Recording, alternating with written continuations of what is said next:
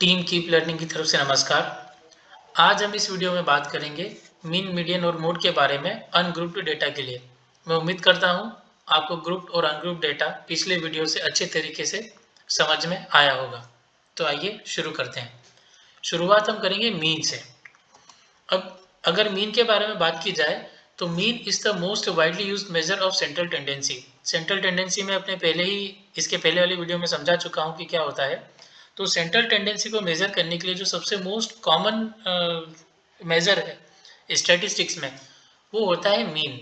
और basically mean क्या होता है? Simple average of the data set. जो भी डेटा सेट है हमारा, उसका एक सिंपल एवरेज। और इसके बारे में एक बात हमको हमेशा ध्यान रखनी चाहिए कि जो मीन है वो आउटलायर्स के द्वारा इजीली अफेक्ट हो सकता है। आउटलायर क्या होते हैं ये मैं आपको समझा चुका हूँ।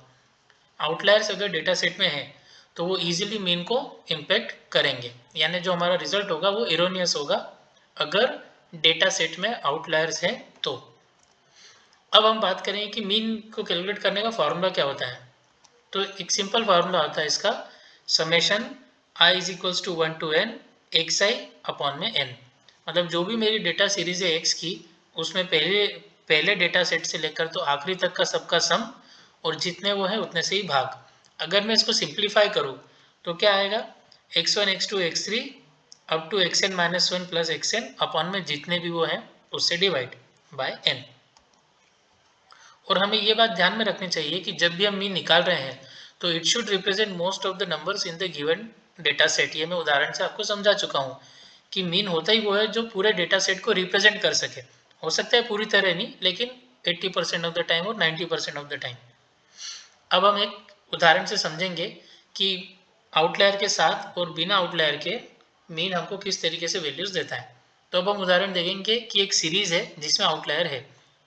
सीरीज के बारे में देखते हैं। 45, 25, 65, 48, 65, 98, 75 और 89। अब अगर मैं अपना फार्मूला लगाऊं तो क्या होगा, summation I is equals to 1 to n X I upon N. तो ये जो सीरीज है इसमें आउटलायर नहीं है। अब हम देखते हैं क्या होगा मीन का फार्मूला। 45 प्लस 25 अप टू 89 तक हम सबका सम करेंगे और 8 से डिवाइड करेंगे, तो हमारा मीन आया 63.75। अब हम एक उदाहरण देखेंगे जिसमें आउटलायर भी है, उस सीरीज में आउटलायर भी है। तो अब देखते हैं 45, 25, 65, 48, 65, 98, 75 और 208।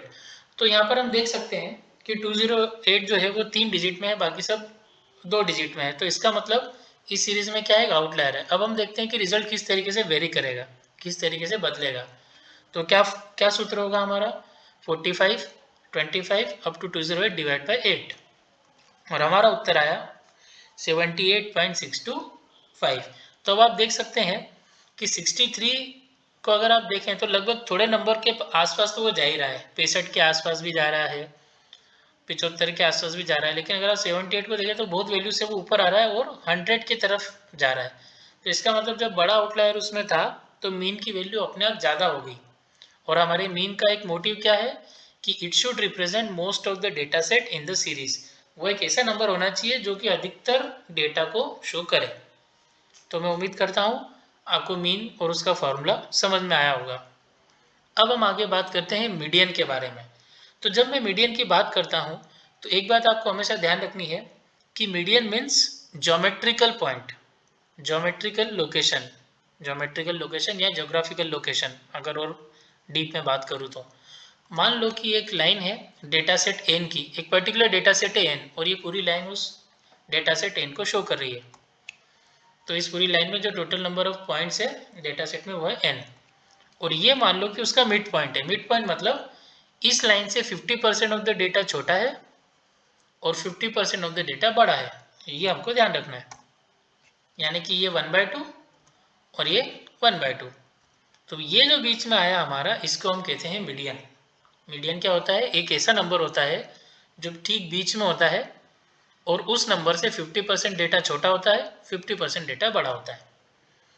अब एक बात इसमें हमको ध्यान रखनी है कि जब मैं बोल रहा हूँ कि 50% छोटी होती है और 50% बड़ी होती है, तो वो तभी होगी जब मेरा डेटा सेट किसी एक पर्टिकुलर ऑर्डर में है।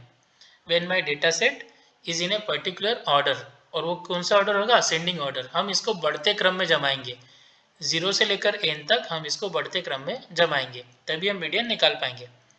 अब बात आती है कि मीडियन को हम समझे कैसे। तो मीडियन क्या होता है? Median is the mid point of order data set. एक ऑर्डर डेटा सेट का जो कि हमने असेंडिंग ऑर्डर में जमाया उसका मिड पॉइंट होता है।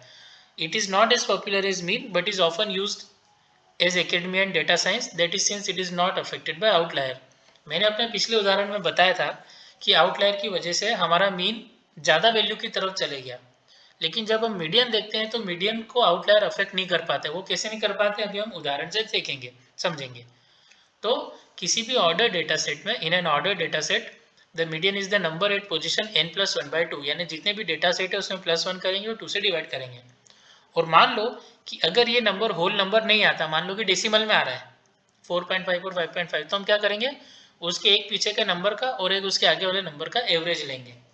Okay, if this position is not a whole number it then the median is the simple average of two numbers at positions closest to the calculated value।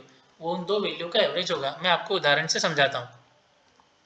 एक series है जिसमें outlier नहीं है, 45, 25, 65, 48, 65, 98, 75, 89, इसमें outlier नहीं है और एक ही सीरीज है। अब पहले मैंने इसको असेंडिंग ऑर्डर में जमा लिया, पहले मैंने इसे बढ़ते क्रम में जमा लिया, 25, 45, 48, 65, 65, 75, 90, 98। यहाँ पे मेरे जो संख्या है इसमें डेटा की वो है 8, n इज इक्वल टू 8। तो जो मेरा मीडियन नंबर होगा वो होगा 8+1/2 यानी कि 4.5। अब क्योंकि ये 4.5 है तो मुझे फोर्थ वैल्यू का और फिफ्थ वैल्यू का एवरेज लेना पड़ेगा। 4.5 position we have to take average of fourth and fifth value. Fourth value हमारी 65 है और फिफ्थ वैल्यू भी हमारी 65 है, तो हमारी मीडियन वैल्यू होगी 65 + 65 divide by 2 is equal to 65। अब हम बात करेंगे जिसमें आउटलायर हो, गिवन सीरीज विद आउटलायर। तो ये हमारी सीरीज है 45, 25, 65, 48 अप टू 208। मैं पहले इसे असेंडिंग ऑर्डर में जमाऊंगा, 25, 45 टू अप टू 208। तो मेरी जो मीडियन वैल्यू होगी वो होगी, क्योंकि ये टोटल नंबर ऑफ डेटा 9 है इसमें, तो 9 + 1/2 वो होगा मेरा 5। फिफ्थ पोजीशन पे क्या है 65, तो जो मेरा मीडियन हो गया वो हो गया 65। अब आपको एक बात यहाँ ध्यान रखनी होगी कि जब आउटलायर था तब भी मेरा मीडियन 65 ही आ रहा है, और जब आउटलायर नहीं था जो कि हमने पिछली स्लाइड में देखा था तब भी 65 आ रहा था।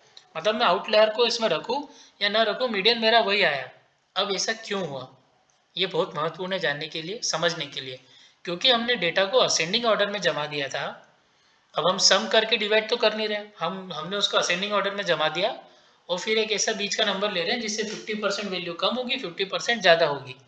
तो आउटलायर का इसके ऊपर कोई इफेक्ट नहीं आया, क्योंकि 50% से ज़्यादा मतलब कितना भी ज़्यादा हो सकता है और 50% से कम मतलब कितना भी कम हो सकता है।